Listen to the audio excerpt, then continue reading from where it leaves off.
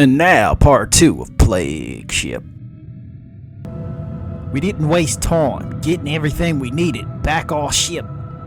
Place was, it was just wrong. We was fucking stupid. So fucking stupid. Should've just left. Fresh air was fucking amazing though, let me tell ya. And the food we got from them, that fucking food, man. It was just fresh fruit. Iverson, he'd never even fucking seen a fruit that weren't dehydrated first. That boy was damn near crying when he took his first bite of a pear. Juicy, yeah, crunchy, with the sweet dripping juice, and he said it was the best fucking thing. Yeah, best fucking thing. We ate their food, breathed their air, and tried to forget that ship. Fuck, shit, sorry. My mind, it doesn't like straight lines so much anymore.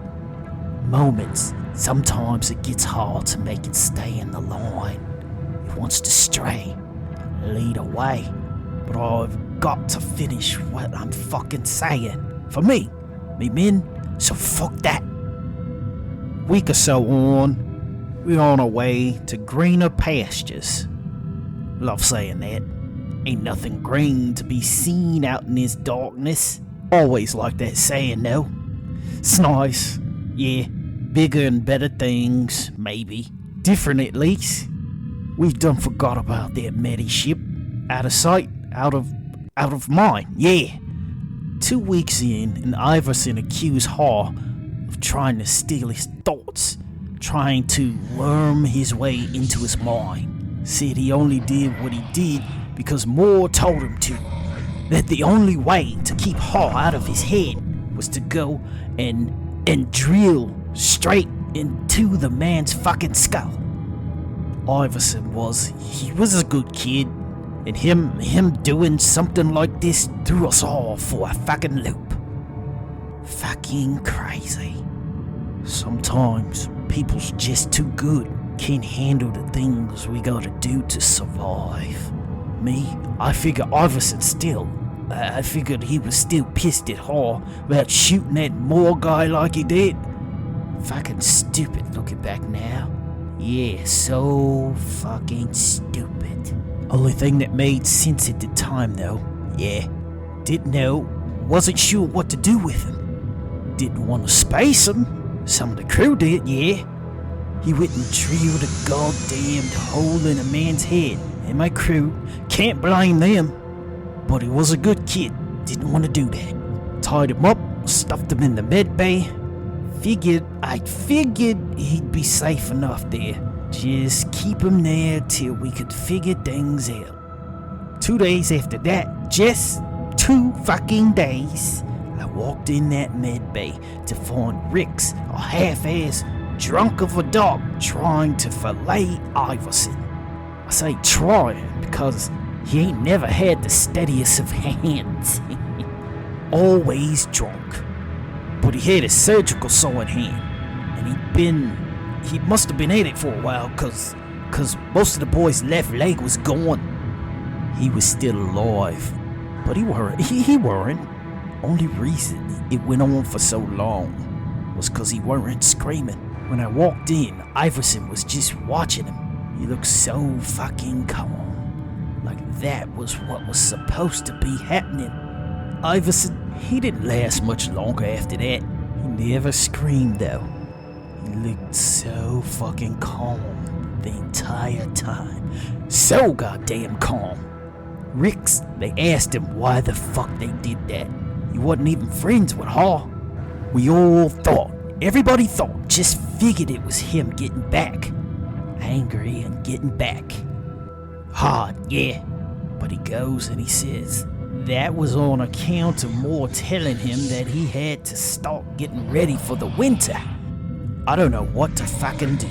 Crews wanting to space him, cause fucking Christ, he just carved that boy up. And I'm wanting to too. I ain't too proud to admit I was fucking scared, confused, didn't know what to do. And more again, More! Don't understand it. We space rigs. Don't even have to drag him. He just walks. Keeps going on about how he's ready for winter and not to worry on up until Sing shoves him in. It's not a relief seeing him sucked out the airlock. It should have been. It ain't. 3 days after that, my first mate, Vorster, I find him in the armory with Sing. Sing is on his back, willing like, just watching the ceiling, smiling, and Vorster is wrist deep in the man's stomach. He's got some of his fucking insides pulled out, and somehow, I don't fucking understand it, but Sing is still alive and smiling and looking so fucking happy to be there. Minute I walk in, they both look at me. Same time, just stare. Forster keeps moving his hands around inside Sing's stomach before pulling out this loop of the man's intestines, and Sing helps, and I can't help it. I throw up. I've seen some shit, but it weren't right. Afterwards, I'm questioning Vorster, and he's telling me all about how Moore had told him and Sing that he had to help Sing dig some kind of sickness out of him. Sing's dead, of course. There ain't no coming back from that.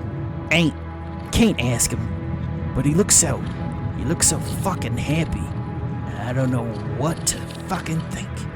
Forster gets spaced, shoved out the airlock. Keeps happening, one after the other. My crew, my men, they just keep going after each other.